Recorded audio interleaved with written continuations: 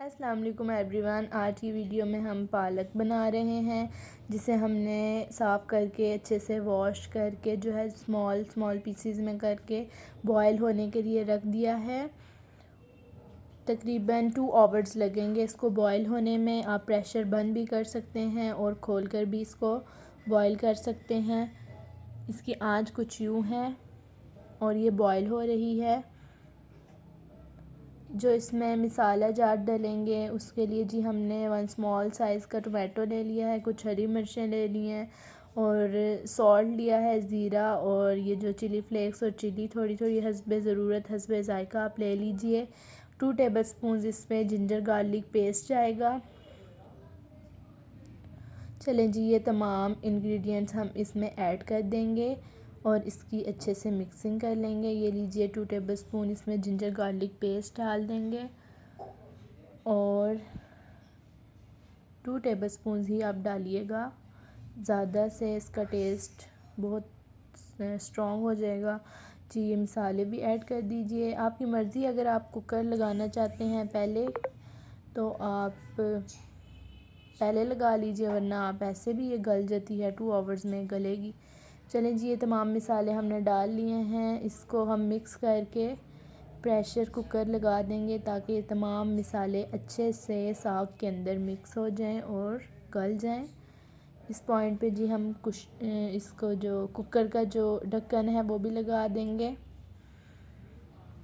चलें जी, वेट भी रख देंगे और आंच इसकी मीडियम कर देंगे। पानी आपने बिल्कुल नहीं डालना, तकरीबन 2-3 कप इसमें पानी मौजूद है। पालक का अपना पानी भी बहुत होता है। ये देखें जी, इस पॉइंट पे ये कुछ इस तरह से गल जाएगी तो इस चम्मच की मदद से आपने इसको ऐसे कर लेना है, अच्छे से मिक्स कर लेना है। और लोग इसको ग्राइंड भी करते हैं, लेकिन इस तरह आप करेंगे तो बहुत मज़े का। इसका जो मसाला हमने बनाना है उसके लिए अनियन, ये हमने गार्लिक लिया और गार्लिक को आप जो है इस तरह से कूट लीजिएगा।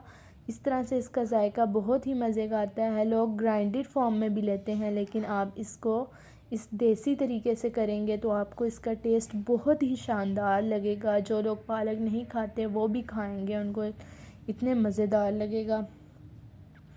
चलें जी, इसका हम अब मसाला बना लेंगे। अच्छे से इसको हमने कूट लिया है। तकरीबन 1 टेबलस्पून हमने जिंजर गार्लिक का पेस्ट लेना है, गार्लिक का पेस्ट लेना है और जो ऑयल है हमने गरम कर लेना है अच्छे से। चलें जी, इसमें हम ऑयल ऐड कर देते हैं।